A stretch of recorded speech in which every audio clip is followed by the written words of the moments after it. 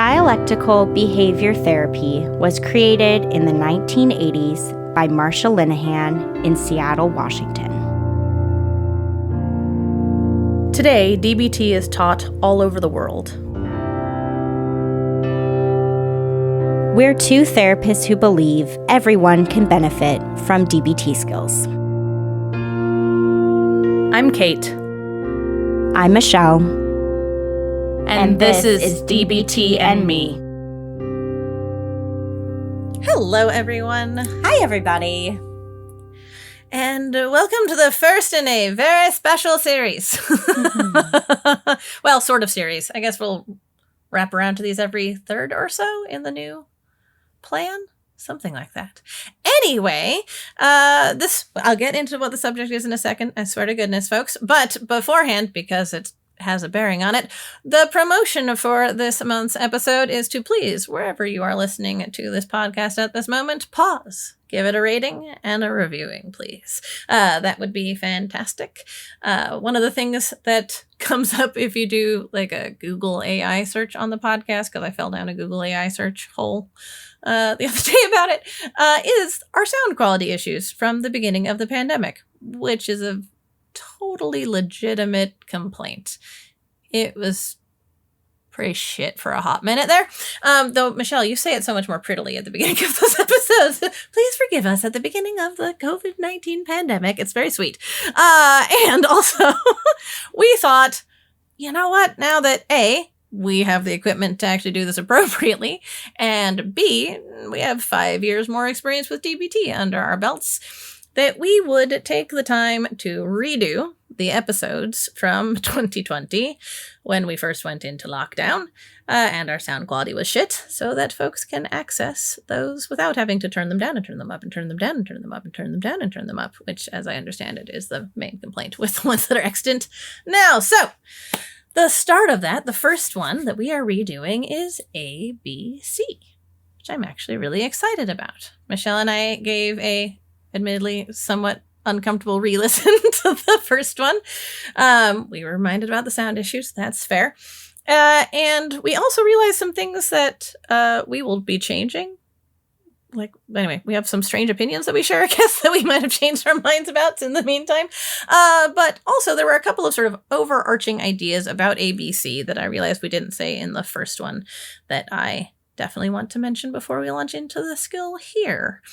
And then I'll see if there's anything you want to add to that, Michelle, too. But one of the things that I noticed that was conspicuously absent from that episode that I absolutely teach every time I teach ABC now is that this skill is in the emotional regulation module, not so much because it helps you regulate your emotion in the moment, but because it increases your resilience in the face of emotion mind. Right? When we are not in alignment with the skill, don't get into what the letters are yet, Kate, you're about to do that. When we're living out of alignment with this skill, we have a really increased vulnerability to being overcome by our emotion mind, to it driving the bus, to feeling overwhelmed, and it can really get in the way of creating a life worth living. On the other hand, all three of the skills that we're going to go over today, which honestly are three of my favorites. I think they're really juicy skills for being relatively straightforward, which I love that straightforward to return ratio. But yeah, they really help you build up a resilience against whatever life might throw at you. And I thought that it was really important to mention how much this can, contribute to creating a life worth living and wrong phrasing, helping you to be less vulnerable to emotional breakdown to begin with, as opposed to rewinding from an emotional breakdown in the moment. Anything you'd add as a sort of overarching thing that we missed out on, Michelle? Or are you ready to dive into the A of A, B, C? No, I think you bring up the two main points that when I was re-listening to the first time we did this episode, I don't think we mentioned it quite in those terms at that time about how this skill is really centered on creating a life worth living. I think this is a central skill to that larger DBT concept that Marsha Linehan has talked about a lot. And exactly that it is about, as it says, I think at the heading of the handouts, right? Reducing does it? vulnerability to emotion mind. I don't think we actually mentioned either of those things. I think we mostly just talked about it as like, I mean, kind of as you said just now, but that piece of, hey, these are great things to do before you're in an emotional crisis, because life is going to throw shit your way sometimes. Yep. And if you are doing ABC, then it makes it a little easier to weather those storms when you're in periods of a lot of stress. Which is true. But we didn't talk about, I think, either of those things about creating a life worth living or reducing vulnerability to emotion mind, to put it in the technical terms. All right, you're dealing with my ADHD in the moment, Michelle, but other people might think this is funny, so I'll share instead of waiting. I'm wondering if you noticed, I think we're both, to an extent, somewhat more aware of each other as podcasters, if that makes sense, than we are of ourselves as podcasters. I was astounded by how much you've changed as a podcaster. What did you notice about me? I didn't notice that much about myself, but I noticed a bunch about you. I noticed the exact same thing. I think you are pretty consistent. But for myself, I was like, you I sound sound so way down. Yeah, I don't know what it is. I don't feel like I've changed that much. But listening to myself back, I was like, I sound very different 5 years ago than I do in episodes now. Yeah. Interesting. It was wild. Okay. Yeah. I didn't know if you noticed the same thing in me or if we both noticed apparently in you. Yeah, you've slowed down. You seem, I don't know, calmer, a little bit more grounded, more likely to swear, which I have to assume is my influence in your life. It's entirely your influence, let's be honest. So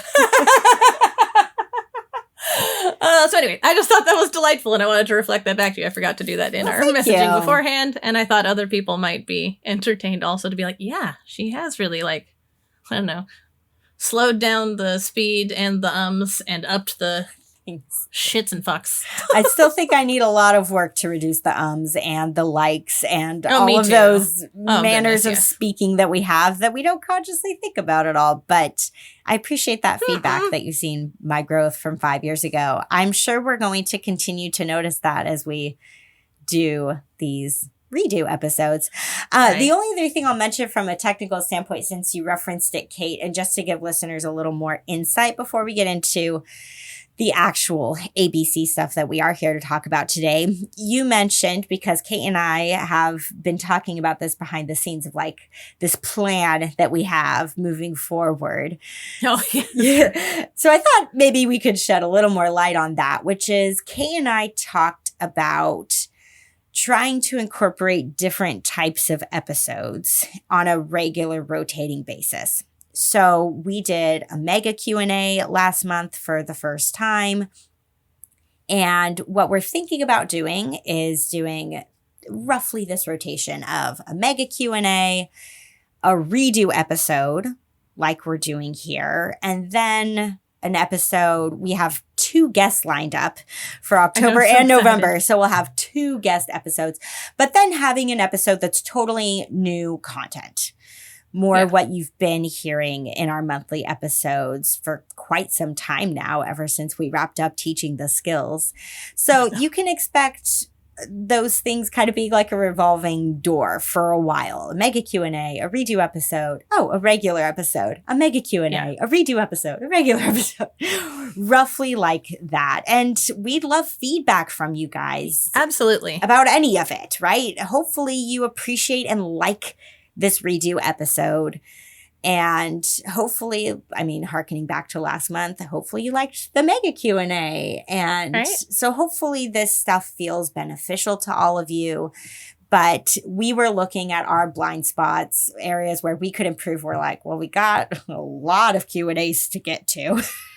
Yeah. And what can we do to make up for the awful sound quality from years ago? And Kate had the idea for the redos. The mega Q&A was my idea. The redo episodes were Kate's idea. Yep.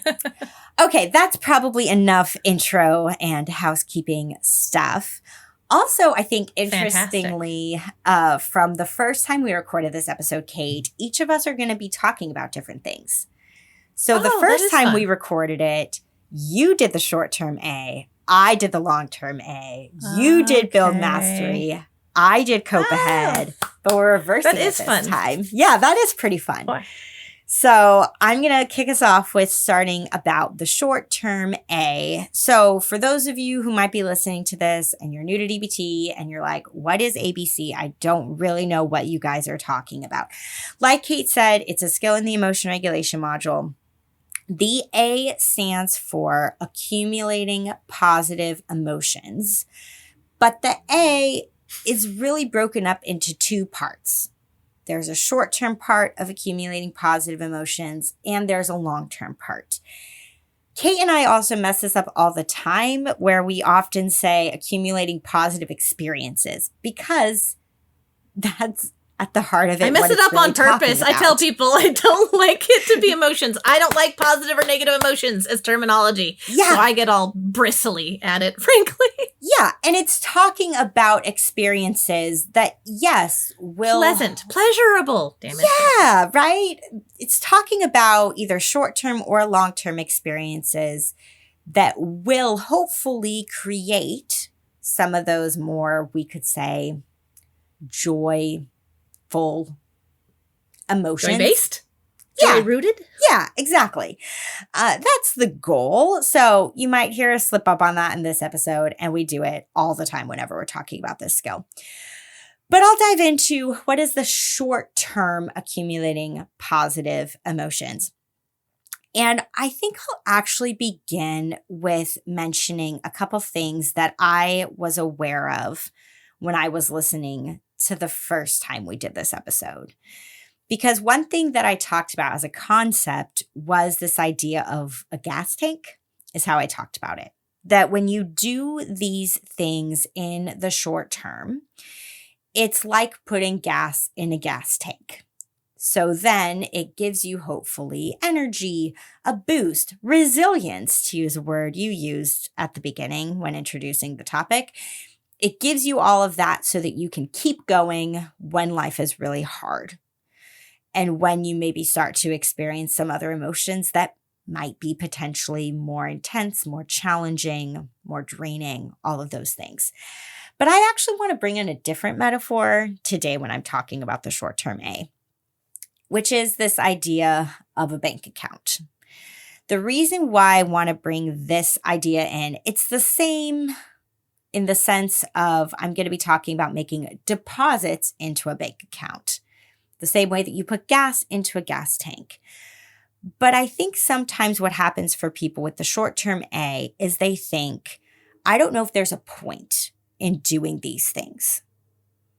I don't know if it really makes that big of a difference. A lot of times in life when we think about what do we put into, say, like our emotional bank account, what fills us up, what brings us joy, what makes us feel good, all of those things, we think about the bigger things. We think about like, oh, I want to go on a vacation. Yeah, vacation might be a big deposit into your emotional bank account because maybe for like a week you feel really great. Awesome. However, sometimes the bigger deposits are harder to do. And the same way that we talk about this concept, I think, when we are literally talking about an actual bank account with money in it and building up wealth, you'll hear a lot of people say, like, if you just saved X amount of dollars per day or per week or per month, you would accumulate then this amount of money in like 10 years. And it's normally like a decent amount of money. And it doesn't feel like it would add up like that, but it does. So any deposit amount is worth it. And so you'll hear me reference this a little bit as I'm talking about what this short-term A is. But I just wanted to bring in that terminology to start. So DBT on the handout here, because yeah, Kate and I were realizing this feels weird to go back to looking at the handouts from the manual because we don't teach the skills much anymore on the podcast. We've been there, done that. It's been a while since we've looked at what does DBT say about this skill and how do we want to then convey it to all of you. But I'm looking at a handout right now and I'm just going to highlight some of the main things that DBT says about the short-term A. So DBT talks about the importance of building positive experiences now. And one of the ways that they recommend doing that is taking one thing each day from the pleasant events list. So as a reminder, especially for those of you new to DBT, DBT has this pleasant events list. We have it already posted in our Facebook group under the guides. Maybe I'll repost it again this week so that it's easy to access. It is over 200 things, I want to say, Kate, off the top of my head. I have it here in a file on my computer. 225. Yeah, 225 things that you can do that DBT considers pleasant events. Here's the thing that I also don't think we mentioned the first time around with recording this episode that I'll say here. Back when Kate and I were teaching groups together, I would often tell people when they were looking at their pleasant events list to pick one thing that you can do like every day. One thing that maybe you could do, say, like once a week. One thing you could do like once a month. Because some of the things on the pleasant events list, if we're looking at it from that bank account deposit standpoint, like I'm talking about, some of those things you can't just do on a daily basis. Those are the things that you're going to work up towards. You might get more bang for your buck when you do them, but they require more planning. They may require more time and more money to make those things happen. But there's a lot of things on there that you can do very easily that are free that you could do on a daily basis if you wanted to. So it's helpful to think of it in those ways. Like for me, a daily thing that I could do would be reading. I can easily read from a magazine or a book. That would be like a daily thing for me. A weekly thing might be, I don't even know if this is on the list, but would be like going to a Zumba class. I can't just go to a Zumba class anytime I want to. I can only go when it's scheduled, when I'm available. But that would maybe be like a weekly thing. A monthly thing might be planning a lunch with a friend or something like that, just as some personal examples. But DBT talks about the importance of building positive experiences now and avoiding. We can have a lot of reasons to not engage in things that are purely done for pleasure, relaxation, enjoyment, and that don't explicitly have a clear purpose. You know, if we categorize most of what we do into work versus play, this list is 225 things that should feel like play and not feel like work. So for some of us, definitely me, it's really easy to put off doing positive experiences because I have a to-do list that's 1,000,000 miles long and I have little children now. I mean, that I didn't have 5 years ago, but now I have little children that pull at me to do things for them Literally. all the time. Tug, tug, tug. Oh yeah, they literally pull at me. So it's very easy for me to avoid, postpone doing a pleasant event. But if we're really implementing this, it's about getting curious of what can I incorporate in this moment, or at least within the next 24 hours, what can I do? And not putting it off for days or weeks to get to something, unless that's how you're intentionally planning it. And again, some of those day-to-day things may not feel like they make much of a difference to your mental health. I may not feel like if I sit down and I read a magazine for 10 minutes, like that did much for me. But that's still like, I don't know, the equivalent of like a $5 deposit. And if I do that enough, it builds up over time. DBT also talks about being mindful of positive experiences. So if you can do something on that pleasant events list, 100%. But if you're not being mindful of it, you're actually not fully doing this skill how it's meant to be done. And I actually think, reflecting back on our first time around with recording, I don't think we talked as much about the importance of mindfulness. But mindfulness... Yeah, probably not in those words. Yeah, it's really important, especially with this short-term A. You want to be fully engrossed in the experience when you're doing it to really get the most out of it.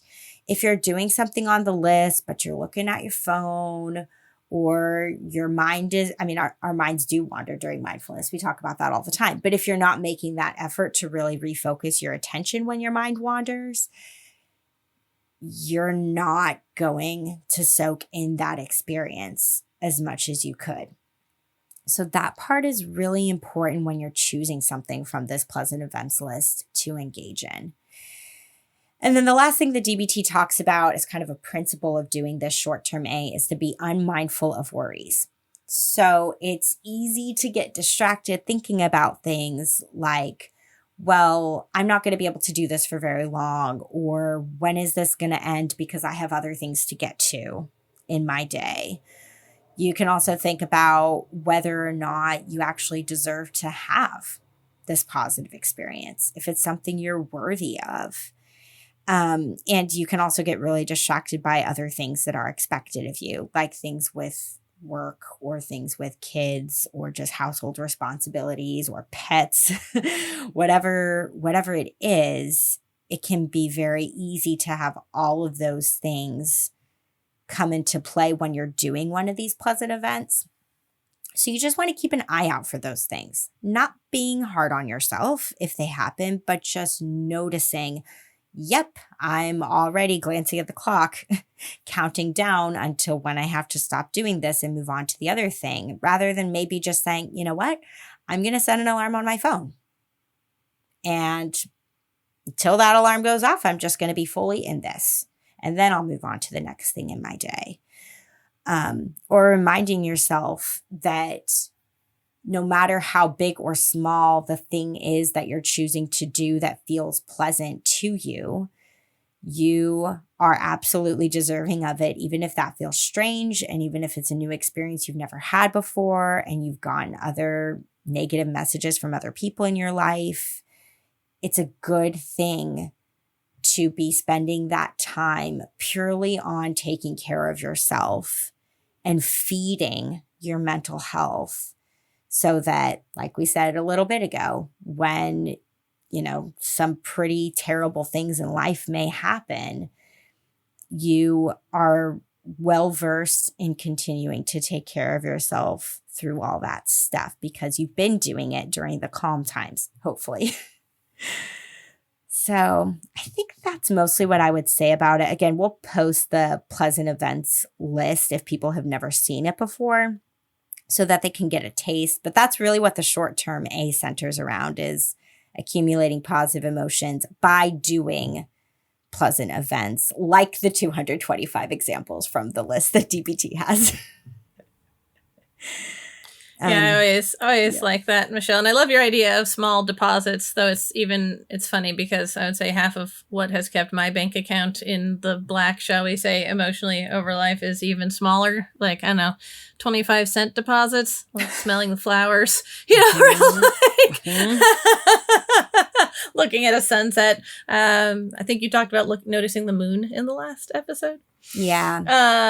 Right. Those little tiny, even the teeny tiny moments, if you're aware and focused in on them. So I love that one. It's one of my favorite DBT skills of all time. Yeah. And I think too, this is the last thing I'll say before I turn it over to you to talk about the long-term A, but I think sometimes people, again, if we think about it of what is better, if we're looking at it from, say, a financial perspective, most people prefer, like if we're thinking like a paycheck, a lot of people would prefer to get paid every week rather than once a month.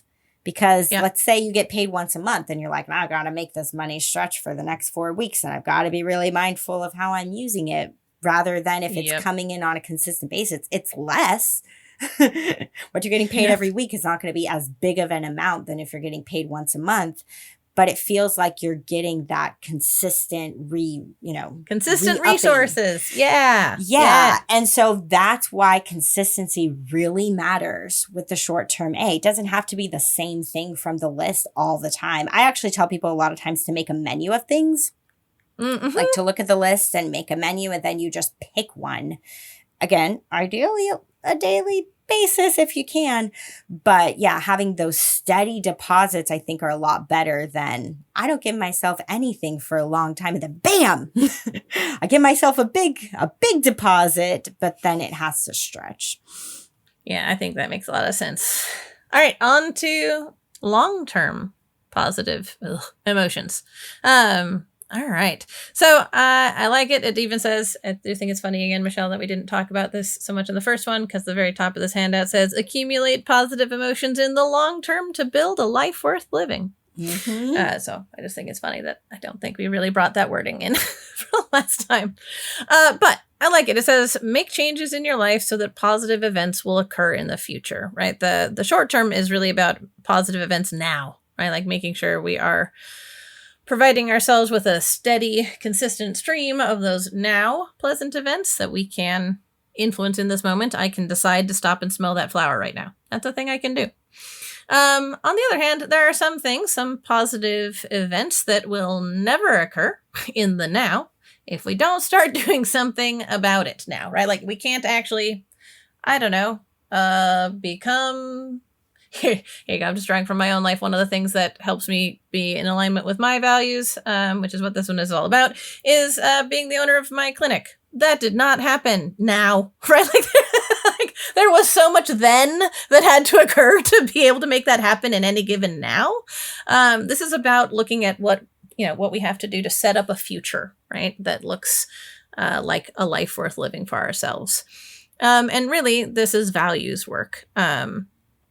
When, I may love smelling roses, but it may not be obvious what value I'm leaning into with that one. Anyway, I'm going to go through this one step by step, because this is, in fact, a step-by-step skill as opposed to a sort of just do these things generally one. So one that actually is also on your handout from earlier, Michelle, which I loved, is avoid avoiding.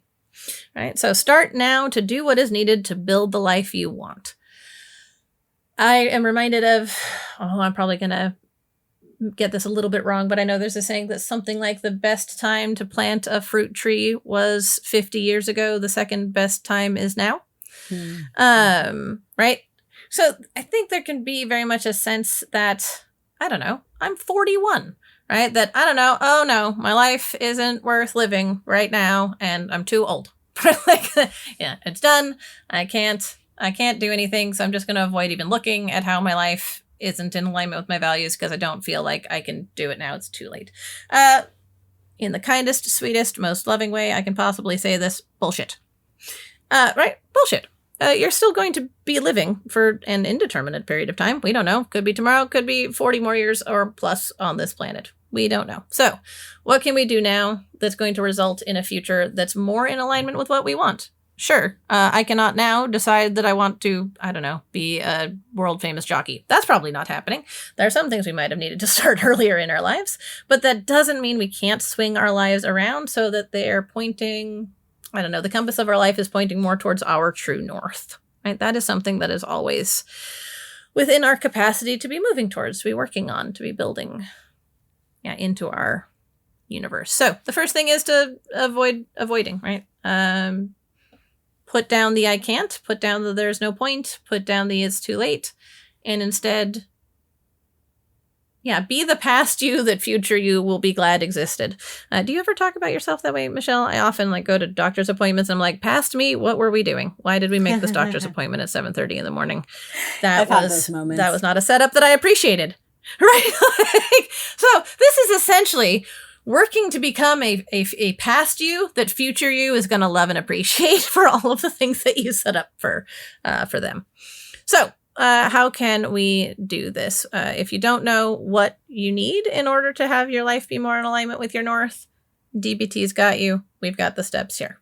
So after you avoid avoiding, the next thing you need to do is identify values that are important to you. DBT certainly has a list of values. I can go over a couple potentially today. They have things like be productive, be part of a group, treat others well, be physically fit. I would add things for myself like be curious. I guess showing compassion is sort of like treating others well, right? Like learn every day, things like that. But if you don't like the DBT values list when you go and seek it out, don't worry. there's a lot of them. If you just go onto the internet and look for values inventories or values assessments, you'll find one you like because there's enough to pick from. But do spend some time. If you right now think to yourself, I'm not sure I could enumerate my values. I don't know if I could just list out all of the things that I want my life to be pillared on top of, right? I don't know what I want to hold up my life with. It's absolutely worth the time it takes to go and do a values inventory or two. It can be very illuminating. Like, oh, well, shit, maybe it makes sense that I have this sense of discontentment, or it makes sense that I'm vulnerable to my emotion mind because of this underlying lack. My top value came out being, I don't know, be curious, and I haven't learned a new thing in years, right? I don't know, but it is, I'm making stuff up. But it can help us see one of the things that might be underlying a sort of chronic dis-ease or unhappiness with our world. Once you've learned about your values and seen which ones are consistently on top for you, identify one value to work on right now. If you have found a top 5 of your values, it doesn't have to be start working on number 1. Maybe number 1 is one you already tend to really well in life, but what's important for you to work on now, or what feels most accessible to work on right now in your life? I guess I would say you can look at it for accessibilities, or also what of these values do I think is going to have the highest payoff for myself if I work on bringing more of it into my world? What is future me going to appreciate the most? If we're doing the example that they have on the sheet of the values listed before, they pick be productive. All right, so we're working on being productive. Once you have identified the value that you're wanting to work on finding some goals that are related to the value. Right? If we want to be productive, that's nice. But that's woefully unspecific, right? Like, okay, what the fuck does that even mean? So what could specific goals look like? It could look like getting a job where you feel more productive. I don't know. Maybe you're like, well, I have a job, but it's paperwork and I'd like to do something with my hands. I would feel more productive. I don't know. You could get active with volunteer positions near your home. You could work on being more, I don't know, productive in the sense of I'd like to pick up a hobby where I literally make things. That would feel like it satisfies my being productive value. So whatever it is, look at different examples. Don't immediately pick one. Try and brainstorm a bit. What are different goals that you might have, again, that would help to bring the compass of your life pointing more towards that value? Once you've got a bit of a list of examples of goals to work on, choose one goal to work on now. I don't know if you've noticed yet, but this list really does big thing, specify one, big thing, specify one, big thing, specify one. So we just sort of narrow down to be more and more and more and more specific, but also more and more and more digestible, right? It's sort of smaller and smaller and smaller bites to take to try and digest this huge task or goal of building a life worth living or being more in alignment with your values. Those sound so daunting, at least to me. If someone's like, Kate, bring your life more in alignment with your values, I'd be like, oh shit, like that I don't even know what. So this really is meant to help that feel like something that you can move towards much more easily than if you just think of it as this huge build a life worth living. So look at those different goals. Choose one to work on now. If you're having a hard time picking, you can do pros and cons to look at the different goals that you have and see which ones might feel the best or, again, get you the most outcome that you're looking for. They pick get a job where I can do something useful. That is what they picked for doing something productive. If we're working on getting a job where we can do something useful, what are some small action steps that we can take towards that goal? Again, right? More and more and more digestible. If I'm working on getting a job, that might look like writing a resume, submitting applications, signing up for different job notice boards. So I get emailed when different listings open up, things like that. And once you've, again, brainstormed, listed out some decent numbers of examples so you have things to choose from of small action steps that you can take towards your bigger picture goal, pick one step, one action step to take now.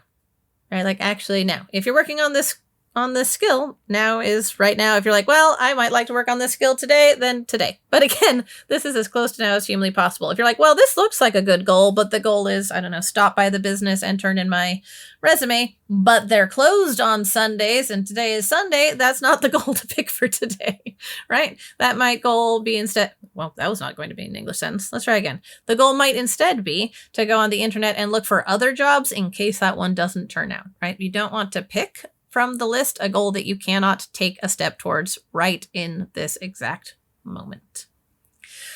Rinse and repeat, right? Once you've done the tiny step of writing a resume, you can take the small step of submitting the application and then take the small step of, right? Like, and so this really is about sort of breadcrumbing your way to a life worth living. I had never said it that way before. I like that, Michelle. I'm going to try to remember that too. teaching it. Yeah, it's exactly that, because we get clients who come to us, and I think a big reason why a lot of people seek out therapy is because they are unhappy with the big picture of their lives. Yeah. Maybe they're doing pleasant events all over the place, like I was talking about with the short-term A, but they aren't living in alignment with their values, or they have these bigger goals that they just don't know where to get to, or they feel really stuck on. And this series of steps that DBT has does really break it down. I think it's actually a really good thing. I hadn't thought of it this way before, but for therapists, like for clinicians, really use as a roadmap with clients when you have a client coming to you with, again, it could be anything. I don't know. I've gotten a number of people coming to me and they're just like, I don't know, I really want to find a partner, but I've been single for so long and I'm lonely and I don't know what to do. All right, let's start working through these steps. And the therapist gets to be the guide for that when somebody probably wouldn't figure this out on their own. So thank you, DBT, for making it known to people to get started on this work on their own, because we don't know where to start a lot of times with big picture things we want and don't have. Absolutely. On to build mastery. Build mastery. Yeah. So switching gears to the B of ABC, as Kate said, the B stands for build mastery. Now, I don't know, Kate, actually, could you do this for me while I'm talking? What? Probably. Could you look up like what's a definition of mastery? I think you said at one point like 10,000 hours, I thought. But to like be considered a master of something means you have to put like 10,000 hours into it. It's interesting because when DBT is talking about this skill, it's not about being the best, like top of your class. It's not actually about that. But it is. It is 10,000 hours. Malcolm Gladwell made that popularized in the book Outliers, apparently. Who knew? Okay. Thanks, Malcolm Gladwell. Does it say anything else that you're finding about like how we conceptualize mastery? I wish I thought about this before recording. Sheer definition. Yeah. Let's see. Oh, no, I don't want the AI definition. I just want the actual definition, please. Comprehensive knowledge or skill in any subject or accomplishment, control or superiority over someone or something. So man's mastery over nature. Okay. It is rooted in Old French. So there you go. All right. Well, thanks for that. I'm having a client of mine come to mind that I may reference as we're talking about this. So the thing, like I just said about building masters, it's not about being the best, but it is about upping the bar, you could say, on your own personal best. It's finding something that you feel passionate about or that you're interested in and really taking a deep dive into it to cultivate a sense of accomplishment and to grow your skill set, which hopefully boosts your self-esteem, hopefully gives you something to look forward to when, again, life may be throwing some pretty shitty things your way. That it's something from an emotional standpoint, because again, it's in the emotion regulation module, helps build up emotions like feeling confident, feeling proud of yourself, feeling excited about something. Those would all be some emotion words that we want to be experiencing when we're building mastery.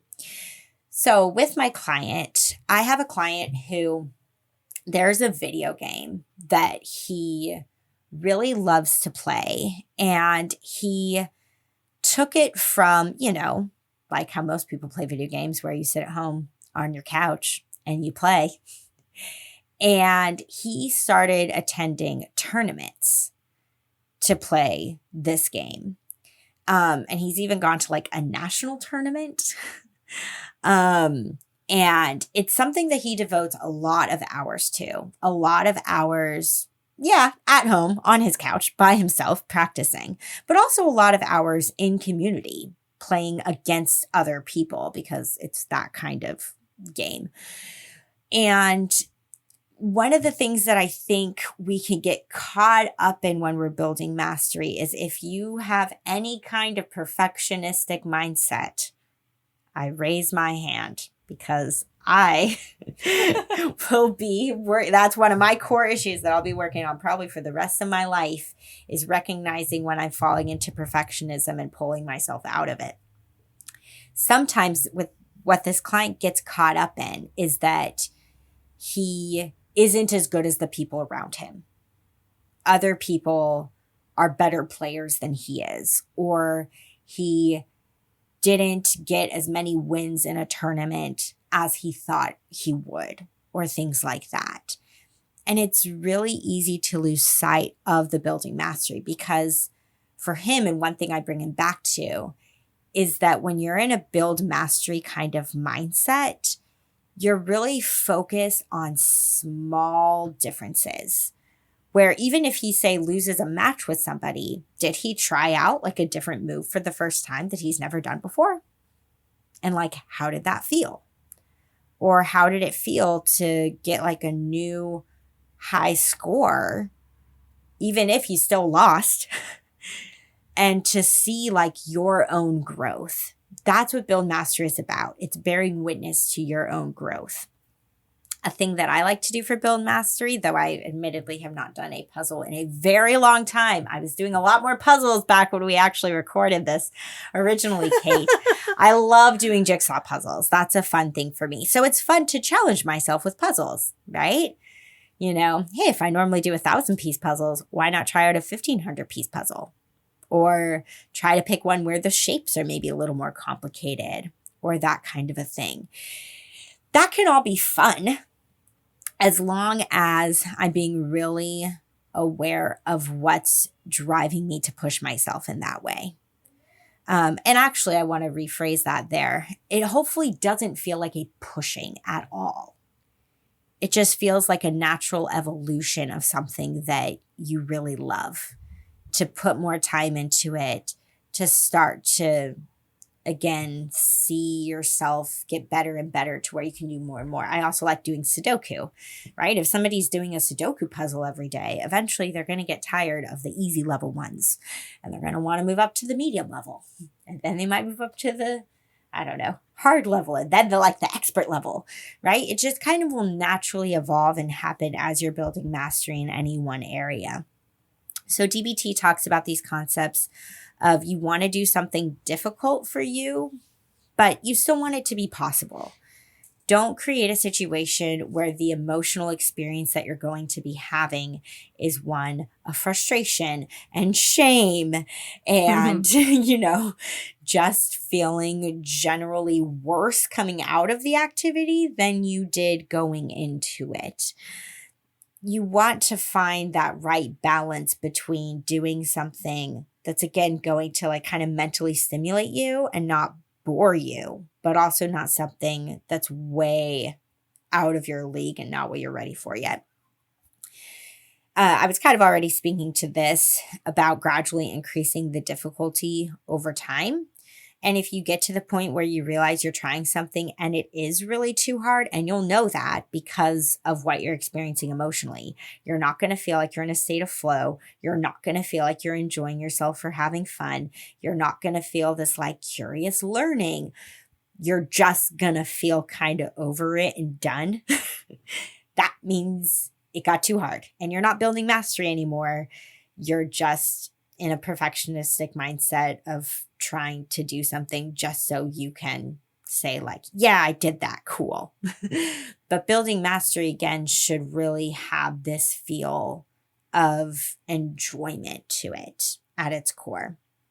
But yeah, that's why the last thing it talks about on the handout here is looking for a challenge. So if, again, something does feel way too easy, then you can try something a little harder next time and try to find those increments where it naturally flows and builds on itself to where you are getting more and more challenged, but in a way that doesn't feel overwhelming or like it's too much. I actually want to, I'm kind of putting you on the spot, Kate, but I feel like you have such a good example for this with your grilled cheese. Like what you said in the original episode when we were talking about Build Mastery, we really talked about it as one way that you can look at this. I'm talking about it in the sense of like pick something you love and grow. But there's also this other way to look at it, which is like if you're having a time in life where you are feeling completely overwhelmed, everything sucks, everything is stressful, that finding something that you know you are good at and can do, no matter how small it is something that can be really beneficial. So I'm wondering, can you talk a little bit about like your grilled cheese sandwiches and how we build that idea into Build Mastery of just like having those little things that we just know we're good at and how it can be helpful to pull those things out sometimes as a way to do Build Mastery? Yeah, absolutely. I was thinking about that anyway because it's definitely not on the sheet. Like, it's definitely not the way I think the DBT presents it. Flavor. Yeah. All right, because they want you to be consistently getting better and approaching things that are a challenge, which I totally get, and I absolutely accede to the value thereof 100%, 150%. And sometimes I'm in too emotionally vulnerable of a state to do something that feels like much of any risk of failure. And I need to just revel in something I know I'm good at doing. Like, that is the feeling I need. I still get a sense of accomplishment from a thing I know I'm already good at when it's that sort of unexpected or happy, like, I'm just really good at this thing. It's a quirky little thing. It may not be a thing that matters in the fucking slightest, but I'm good at it. And for me, that is my grilled cheese sandwiches. My claim to absolutely no fame is that I can make a grilled cheese sandwich where it's melted all the way through without being burnt on the outside pretty dang reliably. Even with thick cheese. Wahaha, it's my secret. And I feel good doing that. And so it's one thing and one use of Build Mastery to, for me, like baking would be more the traditional way that they consider building mastery. It's something I had zero skill or knowledge about to start with, and I got better and better and did more and harder things, and every time I do it, I want to do a new technique that I haven't done before. It's that whole like building, climbing ladder thing, and I love that, and there are times and places for it, and there are also times I have not the fucking energy, right? Like, to work on getting better, or like I don't always have those spoons. Sometimes I just need to do the thing that already feels good, and that already has that sense of accomplishment baked in. Not everybody can make that good of a grilled cheese sandwich. Plenty of people can probably make that good or better, but not everyone can make it as good as I can, and that feels nice. And so it doesn't have to be a changing the world thing. It doesn't have to really matter at all. And it doesn't necessarily have to be something where you're literally getting better or looking for challenges every time you engage in it. That is a fan-fucking-tastic way to use the skill, and dialectically, we think it's not the only way to use the skill. Engaging in things where you already know that you're good at it still helps to build that resilience, to go way back to the beginning in my introduction, right? When I engage in things that I know I have skill in, that helps build my emotional resilience when I go into places where I have uncertainty, where I don't know that I'm as good. I still have that sense of I'm good at some shit, right? That can help be what's the word I want? Like a foundation to sit in to help me feel more resilient going into other situations and facing emotional turmoil in the future. So grill your grilled cheese sandwiches, do your tiny little, handshake that nobody else knows how to do. I don't know. Paint tiny figurines that are funny. Leave notes and books in libraries for people to find. I don't know, whatever your fun, good thing is, that doesn't really matter, but you're good at it. And I loved how you reflected back to me in the last episode, Michelle, that I was like, everybody knows what you're good at. And she's like, no, that's not true. And that's fair. It's not true that we all have a sense of what we're good at. I will say, if you have a hard time leaning in because of your perfectionism, because perhaps what I mean, Michelle, is that most non-perfectionists know what they're good at. I don't know. I don't have the lived experience of being a perfectionist. I don't know if that's difficult to find what you're good at in that space as much. But if not, then the people around you certainly have some idea of where you might be able to start. I think how it shows up with perfectionism specifically is that there's going to be a but that follows. Where it might be a thing where it's like, well, yeah, I'm good at puzzles, but I could be better. Yeah, right. I wouldn't do these kinds of puzzles, or like, yeah, I should be able to get them done quicker or something, right? Like you can downplay it a lot when you're a perfectionist, rather than just being like, yeah, I like puzzles and I'm good at them. Yep. Or to have it be that even if it's something that you're not very good at, to still be like, I like this thing enough that I'm going to pursue it. Yeah, that I'm going to pursue it, and I'm going to work on getting comfortable with the fact that I suck. I know. One of my favorite stickers ever. It's okay. Right, exactly. How exactly do you intend to pick up a new thing and not suck at the start? Right. So I have a favorite sticker that says, have the courage to suck at something new.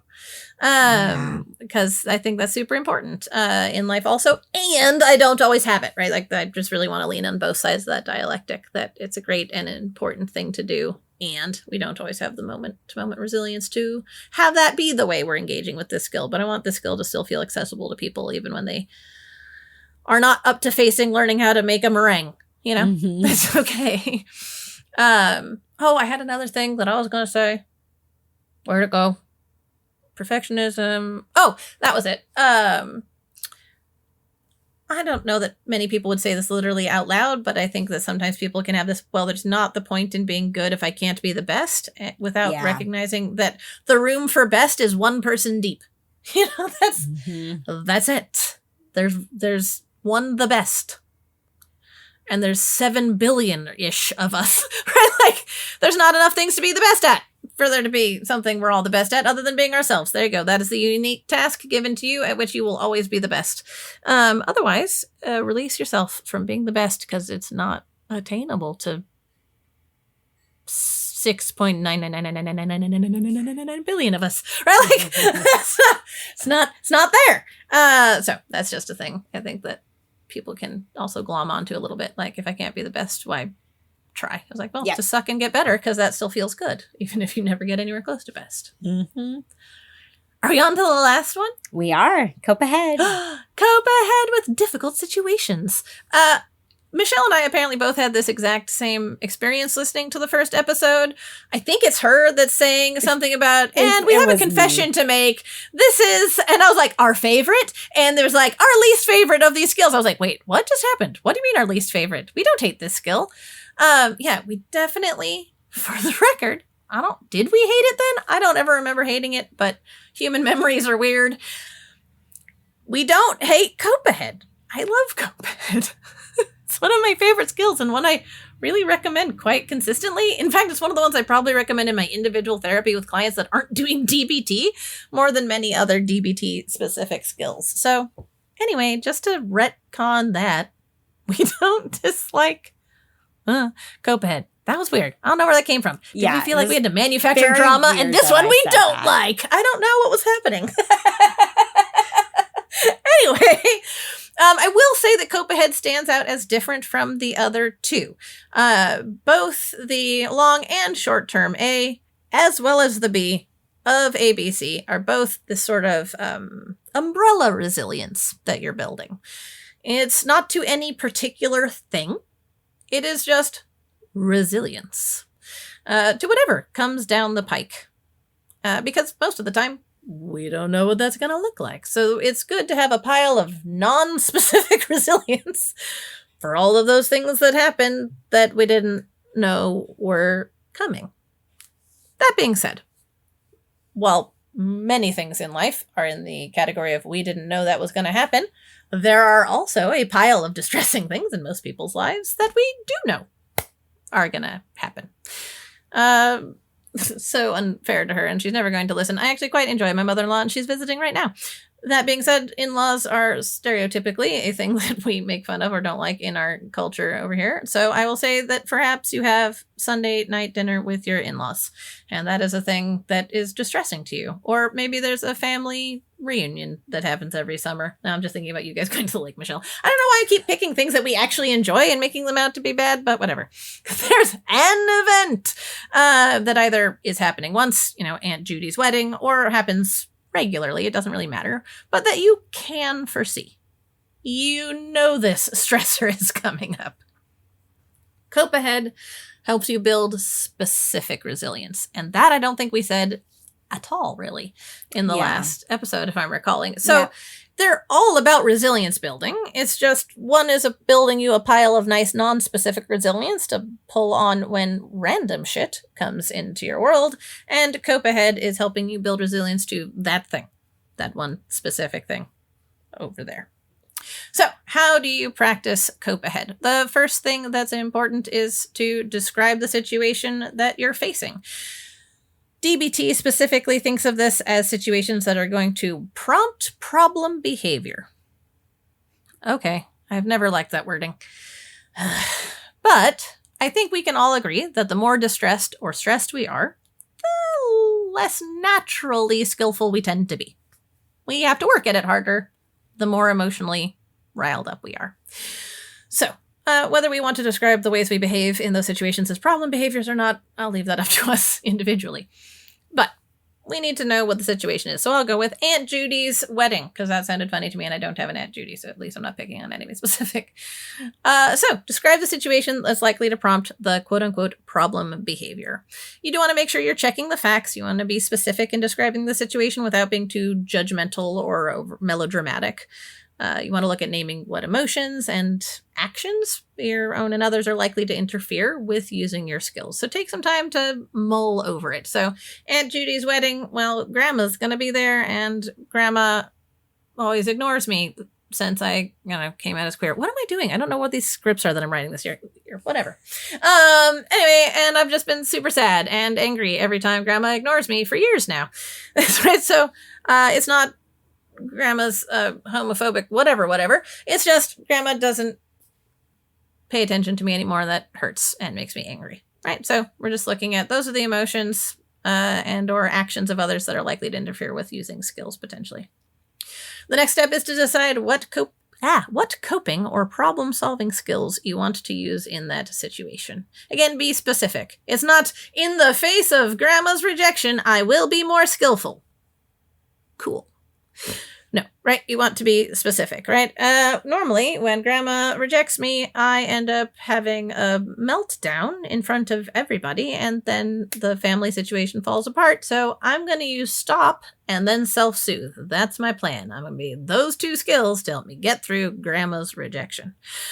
You might even write it out in detail how you're going to cope with the situation with your emotion and with the urges that you have, right? If for 20 years, when you've been going to the family situations and Grandma's ignored you, you've had a very public meltdown, that's in your habit, right? That's something your brain and body are used to doing in that situation. So you might have urges towards those behaviors, etc. So taking the time to decide what you're going to do and write out and or just imagine thoroughly how you're going to do that. And one thing I would add in there, Kate. Oh, yeah, please. I love that you're saying, not just to be like, yeah, I'll be skillful, but to think about what skills. But then even further, like just the two skills you chose, like stop and self-soothing, not saying, okay, I'll use stop and self-soothing, but to really be like, okay. Oh, that's fair. Like taking a step back, especially if you have information about like what environment you're in, you might write out like taking a step back means I'm going to go walk out on the back porch, or self-soothing. These are the things that I'm going to bring with me to self-soothe. Like, the more specific you can get, the better. So The it is better. really kind of that principle Yeah. from the long-term A that it makes it, you know, smaller and smaller and smaller. You want to More really do specific. that Yeah. here. Like the more specific you can be, like what do I actually need to use those skills, the better. Yeah, no, that makes a lot of sense. Thanks for adding that in. Yeah, and then the next thing, once you've gotten all of those details as sorted out as you can, right, again, with being as factual and non-judgmental as possible, is to take the time to imagine the situation in your mind as vividly as possible, is the way they put it, is to imagine yourself in the situation now, not watching the situation. I'm going to put a little asterisk here and say, I can't do that. So, as vividly as possible, I guess I can do it as vividly as possible, just the vivid meter I have is 0. So that is as vivid as possible is for me. So I do want to say that this might not, look exactly like they describe this here for those of us who have imaginations that are different. With my aphantasia, I can't picture anything. I can't hear anything. I can't put in sensory data. So I, as someone who often looked at these skills historically and just sort of tossed out the skill because I couldn't do it very literally as written, because my brain works incredibly literally also. I do want to say, whatever your imagination is doing when you imagine shit, do that, right? Whatever that is or means for you. For me, it's, I guess, sort of close to an audio play if you just took out the actual sounds and just made words. Like, I don't know. If you couldn't see the script, but you just had the written out script, that's in my brain. That's what I've got available to me. So that's what I utilize to use the skill, because it's what I've got. So if your imagination looks like only pictures and no words, or if it looks like only words and nothing else, if it looks like, God, I had someone say recently to me, non-symbolic thought. I don't even entirely fully grasp what that must look like or mean inside the head, but it doesn't matter. Whatever your imagination is, use it that way. Because I will say that most, if not every human being I've ever spoken to about the subject spends an amount of time imagining how future scenarios are going to play out. That's a thing human brains do. But because we're naturally wired to pay more attention to things that are threats, we're also more prone, if we're not doing it intentionally, to imagine things going badly. Because our brain's like, ooh, we want to be able to cope with this. Imagine it going shitty, then you're ready. I see where you're coming from, brain, but it is not helpful in the way you think.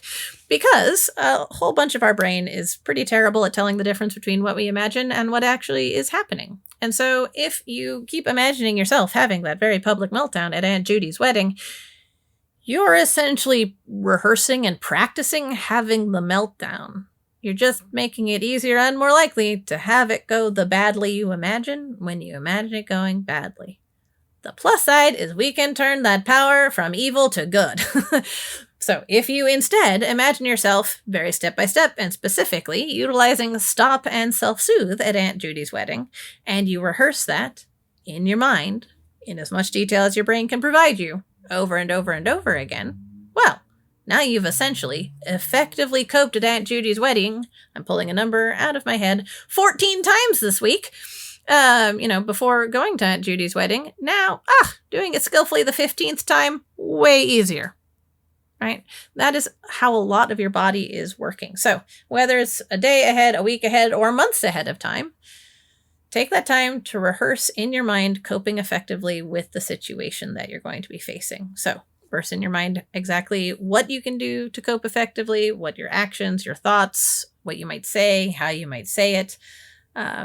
You might try coping effectively with new problems that come up, right? If you're like, well, grandma's always avoided me before. What if instead she decides to berate me? How would I cope with that instead? You can run different scenarios past your mind if you need to. You can also rehearse coping effectively with your most feared catastrophe. That'll also help build up your resilience to things that bad or less bad. One of the things that you don't want to do, and I don't actually think it's on the sheet. Michelle, it's been so long since I looked at the sheet. I didn't realize it's not on the sheet. Okay, anyway, not on the sheet. Weird to me. You don't want to imagine anybody else behaving better than you expect them to. Yeah, that's true. It doesn't right? It's not really talk Isn't that about weird? that. We always make sure to say that, but the worksheet does Yeah. not. I've been saying that for so long that I don't think I realize it's not on there. Okay. So, because again, you're rehearsing, you're getting in your brain, these things are sort of already happening to us in this way. You don't want to imagine that grandma, after 20 years of ignoring you, is suddenly going to open up her arms and say, my beloved grandchild, come to me. I've been such a horrible person and I don't understand what's happened, right? That's just really unlikely to happen. If grandma's been ignoring you for 20 years, the 21st year is probably going to look the same just statistically. So you don't want to gear your brain up for a best case scenario that's not going to happen, right? You want to gear your brain up for you coping in a sort of best case, an effective manner with the most likely outcome and or a worse than likely outcome, right? You don't want to, sort of tease your brain into the idea that it's going to be better than it is. So when it comes to imagining the other people in and or the environment that you're going to be in, work at imagining that as factually, again, as possible. And then focus on manipulating your own behavior in your imagined scenario such that it is in alignment with how you want to behave. And that's where you're going to get the most bang for your buck. That being said, if you're doing this effectively, you might be riling yourself up. If it really fucking hurts and makes you pissed that grandma's ignoring you and you're sitting there imagining grandma ignoring you over and over and over and over again, you might get distressed. That would make sense. And in fact, I would almost say if you're not getting at all distressed by practicing the skill, you might be being a little bit dodgy practicing the skill. Because if you're really throwing yourself into that imagined scenario, however your imagination can do that, you're going to be kicking stuff up because, again, most of your brain thinks it's actually happening. So you do want to make sure that you're building into practicing the skill the opportunity to practice relaxation after it, right? So whatever that looks like for you. If you're getting upset up to like an 8, 9, 10, then you're going to probably need some tip. If it's a lower level distress, maybe this can look like self-soothe or accepts or, pull the DBT skill out of the bag that most helps you re-regulate in the moment. And give yourself an opportunity to do that. Help yourself and your body calm back down again. That's just a way to practice self-kindness. You don't want to leave yourself in that super agitated state. B, you're also training your body to come back to being regulated after the distressing thing happens, right? That is part of what your brain and body are rehearsing when you're doing that. So it also makes you more likely to be able to re-regulate after the distressing thing actually happens because your body will be used to coming back after that distress. So describe the situation, decide what you're going to do about it, be super specific. Take the time to imagine the situation in your mind as vividly as possible and rehearse it going the way you want it to, and then practice relaxation afterwards, just to do a quick summary. Mm-hmm. Yeah. And I think that's what I have. Anything you want to add about that one before we start wrapping this up? Yeah, I think the only thing that I'm realizing as we're talking more about Cope Ahead is this is honestly more of an advanced DBT skill. It really is. Like, for somebody who's brand new to DBT, you might struggle with this one because it does pull in so many other skills, right? Like what it says on the handout under the describe the situation, it talks about using check the facts. Check the facts. You have to already kind of know what skills, even if it's not DBT skills, it could just be general coping things. You kind of already have to have a sense of what those are to even know what to imagine yourself doing. That's fair. If you don't know how to cope effectively, it's not that you're not reaching for it, but you actually don't know how. This would be a pretty hard skill to work on. Yeah. And I think we may have said this before at other points in time of like, you really need your wise mind for Cope Ahead. Yeah. So if you don't already know how to be with your wise mind or what it feels to be in your wise mind, you're going to want to start there, because as you're imagining yourself coping effectively, that's honestly letting your wise mind drive the bus of your brain for a little bit, because you're saying, hey, emotion mind, take a break. Wise mind, what do you imagine me doing in this scenario?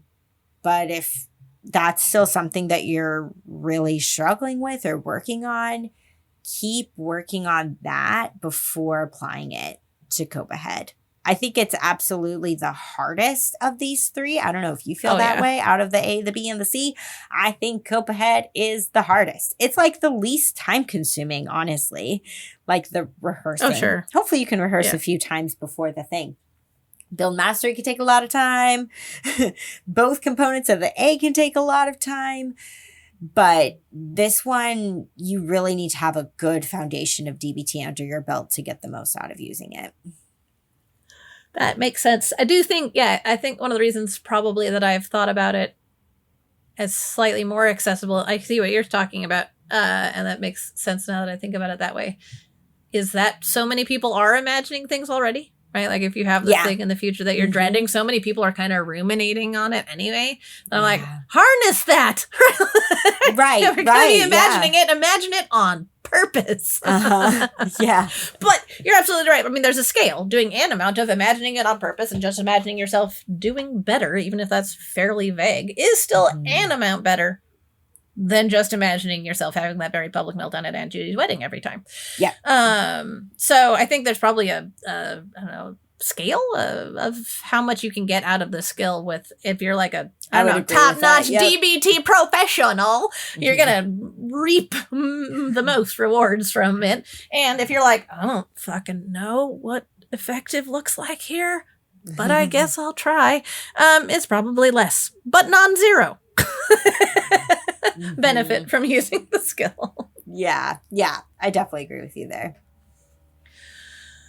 Okay, do we have anything we want to wrap up?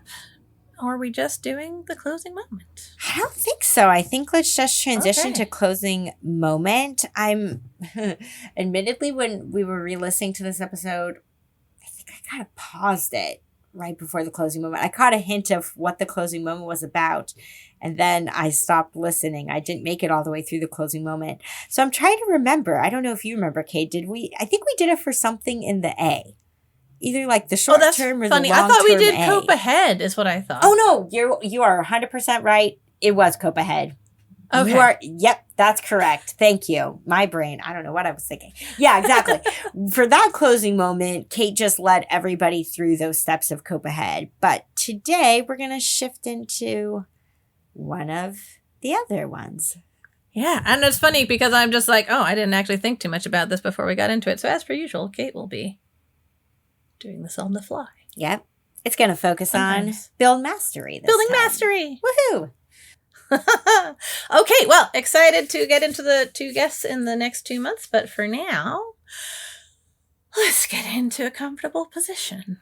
Whatever that looks like or feels like for your body in this moment.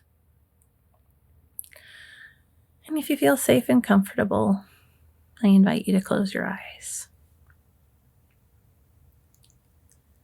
To begin with, we're just going to notice our breath. You don't need to breathe any more slowly or any more deeply than you are naturally. This is just a moment to tune in, to really focus in on the rhythms and the sensations of your breath, and letting them welcome you into your body and into the present moment.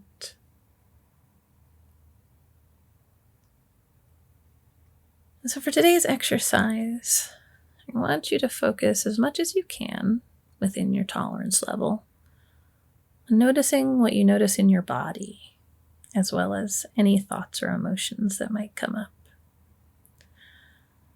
I'd like you to take a moment and consider the idea of picking up a new skill.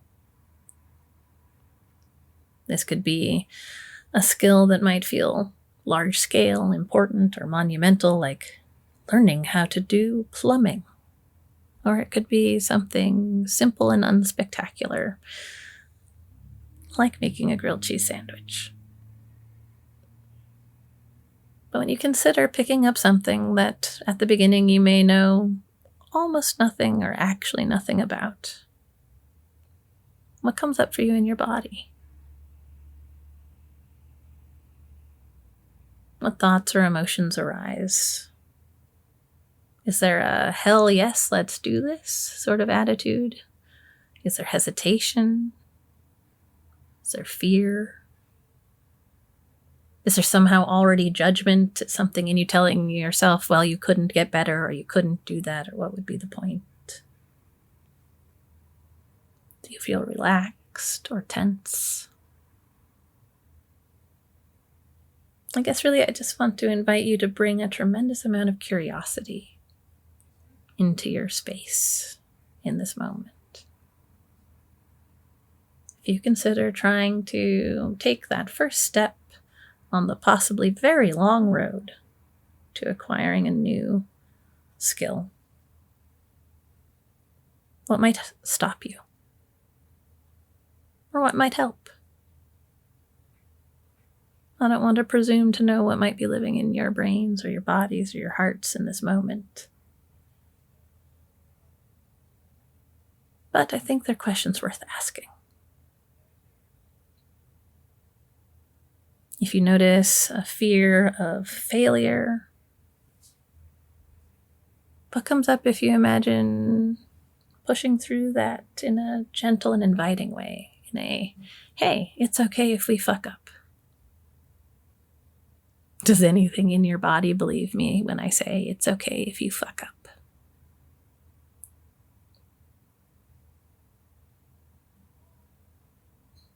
It may not be that you find the answers to how to get past these barriers in this moment, but identifying them is the first step. A lot of the skills we talked about today looked at getting smaller and smaller and more specific. So at least here, if you're noticing barriers, it's a starting place to picking one, seeing what you might be able to do, and taking a step towards letting go of that barrier, accepting it and taking another path, whatever feels right and good to you and allows you to move towards a building of mastery in your life.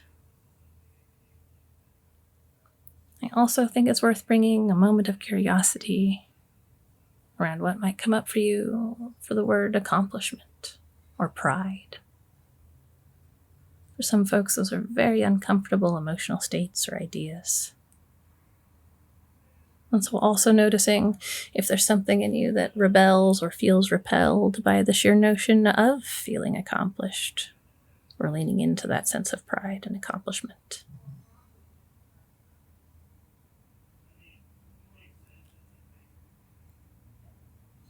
But for now, you can allow yourself to let go a little bit of that intimate awareness of your inner space. Maybe take 2 or 3 slow, deep breaths here. Stretch if it feels good and right. Maybe rolling your wrists, your shoulders or neck. And when you feel ready, you can open your eyes. Thanks so much, everyone. Thanks, everyone. To learn more about us and the DBT skills we're teaching each week, join our Facebook group. Simply log in to your Facebook profile and search for DBT and Me Podcast.